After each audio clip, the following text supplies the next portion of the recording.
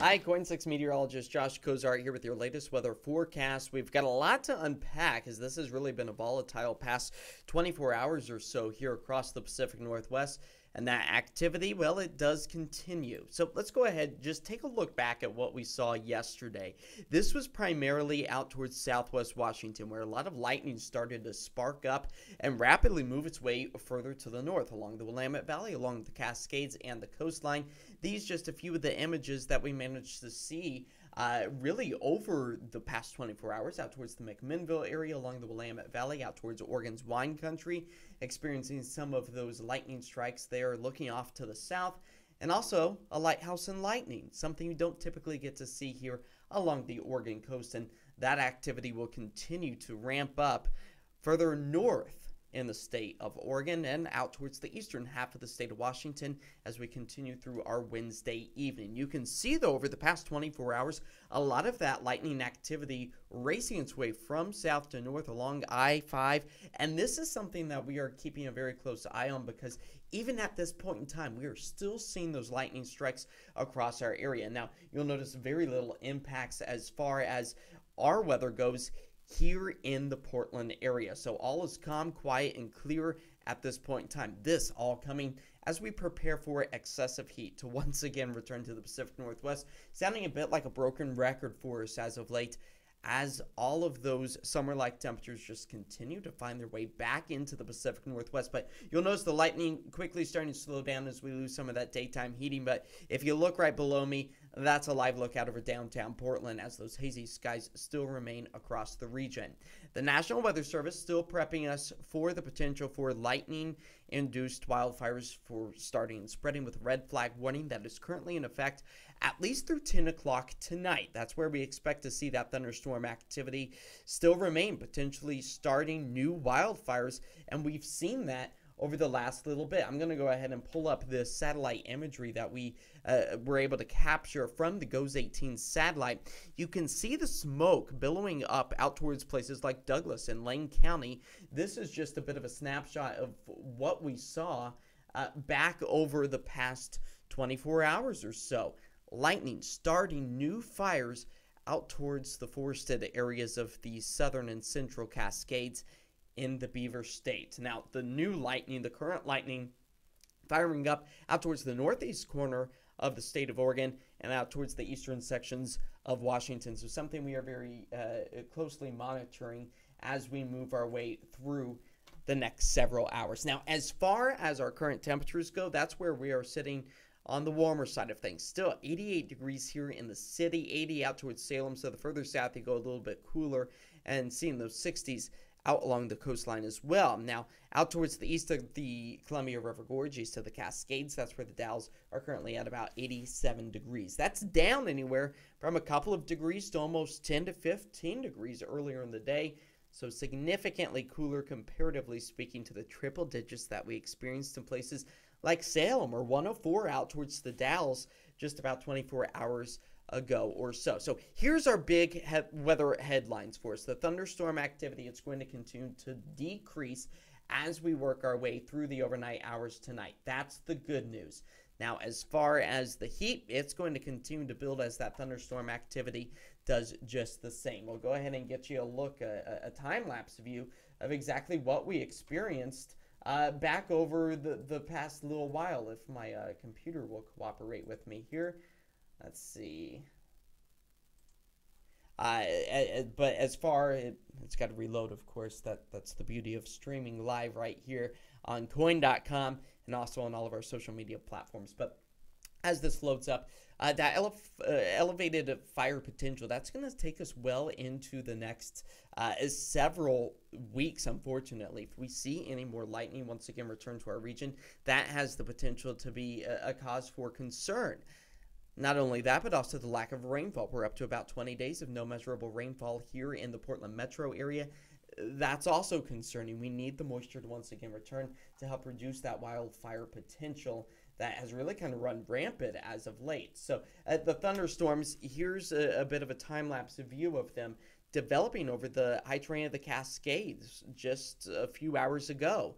The billowing cumulonimbus clouds, this from the Vancouver waterfront in southwest Washington, all thanks to the Hotel Indigo Kirkland Tower camera for giving us that view. Another snapshot, if you're just now joining us, at some of the satellite and radar showing that the lightning is slowing, thankfully, out towards the eastern sections of Washington and northeast Oregon. Again, a red flag warning in effect through about 10 o'clock tonight, set to expire as that thunderstorm potential does remain.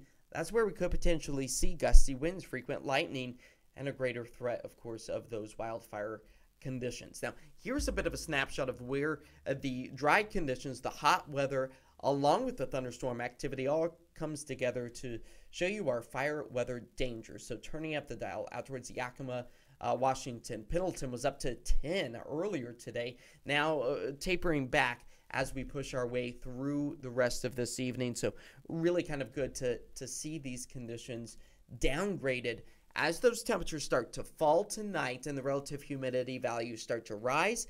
That will help to decrease that fire potential. Unfortunately, short-lived, as yet again another round of summer heat is expected to build. A live look right now out over downtown Portland. You can hardly make out Mount St. Helens.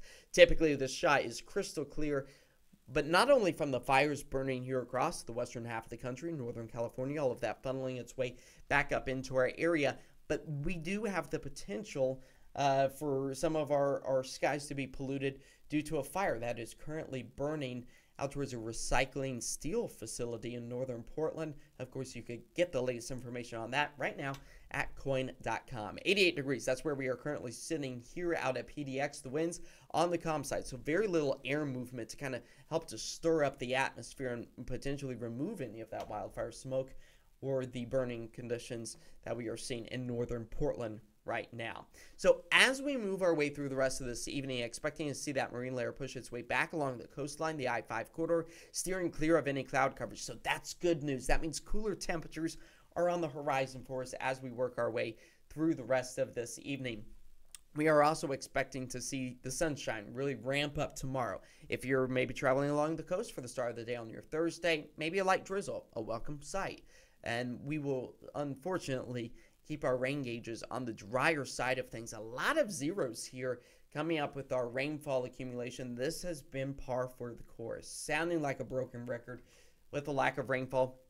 That just continues to add up. Now, keep in mind, the month of July, typically Portland's driest month of the year. But we have seen no measurable rainfall. Typically, we should have already seen about 3/10 of an inch. That's not the case. Now, when we compare our water year so far compared to where we were just this time last year, well, we're down by just about an inch or so. But if we talk about normals, well, we are up just a little bit by about an inch and almost 2 inches, I should say, an inch and about 9/10. Now, our air quality, we are keeping a close eye on that. It's wildfire season here in the Pacific Northwest. That is something that is concerning for us. And feel free, if you have any questions or comments that you would like to ask specifically here on TikTok or even on KOIN.com, we'll make sure that we get those questions answered for you with all of the latest information. But our air quality is definitely suffering out towards the northeast corner of the Beaver State. Just look right along the border of Idaho and the border of Washington. A lot of those yellow dots, that's the moderate air quality right now. The I-5 corridor, the Portland metro area down to Salem, Eugene, all good with the exception of parts of Marion County falling back to that moderate level. But we do have a few unhealthy for sensitive groups category. It's all not surprising, especially as you look at that image below me. That's a live look over downtown Portland this evening. The sun is shining. There's hardly any clouds in the sky, but you'll notice the haze persistent. That's going to be the case as we work our way at least through the next several days. Here it is, all in motion, the high-level smoke forecast. So not necessarily impacting the air quality at the surface level, but giving us those milky skies, all due to a fire that is currently burning in Northern California, tracking its way further to the north with that southwesterly flow. You'll notice as we push our way into Friday morning, the eastern half of Oregon and Washington socked in with that thick layer of smoke and haze and pollutants. Although seeing some clearing out towards the coastal spots, the I-5 corridor. So as you look out towards the mountains from the Portland area, even out towards Seattle, if you're joining us from there, or out towards Lane, Douglas County in western central Oregon, expecting to see those smoky skies. Now, keep in mind, this is all if we don't see any additional fires to spark up. But of course, that nice onshore flow out of the southwest would prevent any smoke from moving its way into the I-5 corridor, the Willamette Valley, or out towards western Washington, unless we see a fire maybe spark out towards the Coast Range, which is not likely. We're not expecting to see any lightning. Of course, human-caused fires are also a cause for concern as we are talking about the dry, hot conditions that we continue to see build here across our area. So for tonight, clear skies for the Portland area, 62 degrees. It will be cooler for us. A nice change of pace. We have not seen early morning lows this cool in quite some time. So we will take that as our temperatures tomorrow along the coast, expecting to get back up into the mid-60s, low 70s a possibility for us. We'll see a mix of sun and clouds. It will be cloudy for the start of the day, and then as we work our way into the later afternoon hours, that's where we should see some of those breaks in the clouds, a little bit more of that sunshine to help heat us up. Back to regular scheduled programming, unfortunately, for the I-5 corridor, the Willamette Valley, Portland, 89 degrees are expected high. Parts of southwest Washington see much of the same. The summer heat, it just continues to build for us. And out towards the east, well, just forget about it. Triple digits yet again for the Pendleton area, coming off the heels of the thunderstorm activity that we've already been seeing. Up in elevation, staying above average as far as those temperatures go, so it is still definitely going to be on the toastier side for us. I'm going to go ahead and give us our 7-day forecast full here so you can get it in its entirety as we work our way into the next several days. Seeing the heat build once again. Low 90s for Friday, mid 90s for Saturday. That's going to be the peak of this latest round of heat. And it just so happens to be Portland's Pride festivities, where we expect to see those temperatures yet again skyrocketing back up into the mid 90s. Folks, the Portland area for the middle of July should only be around 82, 83 degrees. So this is about 10 degrees warmer than where we should be, especially with those early morning lows only falling back into the mid 60s. So we would definitely like to see the cooler weather return, and it just so happens to do so just in time for the Portland Pride Fest March on Sunday. A mix of clouds, a little bit of sunshine, so keep the sunscreen close at hand, and then we expect to see those highs back up into the upper 80s. The good news is, as we work our way into next week, Monday, Tuesday, and Wednesday, that's where we expect to see those temperatures start to be more seasonal, fall back into the low 80s for us, mid 80s. That will be a nice change of pace, and we'll give you a little bit of a snapshot here of what we expect to see for Pride weekend. That's where our temperatures are really going to start to behave themselves for many of us, and this will be a nice change of pace, especially on Sunday. I'm just thinking about all the poor drag queens out there. My wife, Nicolonoscopy in particular, going to be melting in many cases, but the hot tip of the day for any makeup artists out there, you spray hairspray on your face, yes, on your face and your hair, to kind of lock it in. Of course, you can use setting spray as well, but in these excessive temperatures, 95 for Saturday, a lot of outdoor drag activities expected. That's going to be a secret saving tip. You didn't hear it from me. But again, hairspray will not only lock your face into place, but also fill up those pores. So use your cleansing devices at your will. Now, of course, the latest information can also be found right now at KOIN.com. We got a lot of great information. If I can maybe get us back to KOIN.com here, not our advertisement. There you go. A lot of the latest information coming in. Right now, you can get the latest on not only the latest news, but also if you go to the weather tab, you can get insight on our 7-day forecast. You can also get the latest weather forecast, where we are talking about the Portland area in particular, but also, I love this, the interactive radar tool. Of course, not much happening here in our area, but if you go up towards eastern Washington, that's where a little bit more of that activity can be found. So a great tool, a great use of your resources here on KOIN.com. So thank you so much for joining us this live stream on TikTok, other social media platforms.